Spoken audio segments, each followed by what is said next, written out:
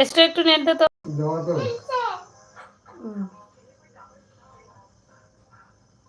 High friend, welcome back to my Monti Mishra YouTube লাইভে সবাইকে স্বাগত। একটু জয়েন হও জলদি জলদি, একটু কমেন্ট করো। এই যে আমার শেয়ার হয়ে গেছে আমার লগে লাইভে। অনেকদিন পরে ইউটিউব লাইভে এলাম। কে কোথায় আছো একটু জয়েন হও। এই যে আরেকজন আছে।